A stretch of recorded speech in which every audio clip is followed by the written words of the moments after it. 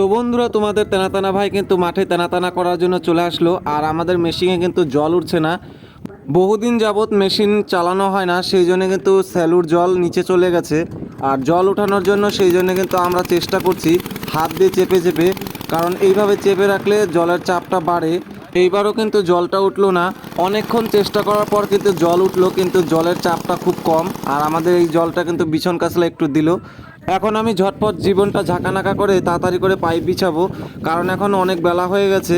আর আমাদের কিন্তু ধান খেতে একটুকু জল নাই। আর বর্ষার সিজন, ধান লাগাতে হবে, কিন্তু বর্ষার সিজন হলেও কিন্তু বৃষ্টি হয় না।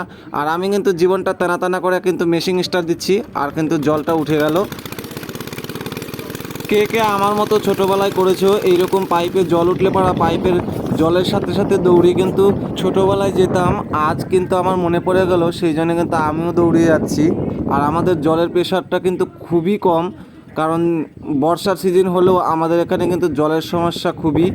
সেই জন্য কিন্তু একটু জলটা কিন্তু একবারে কম উঠছে, একবারে কম।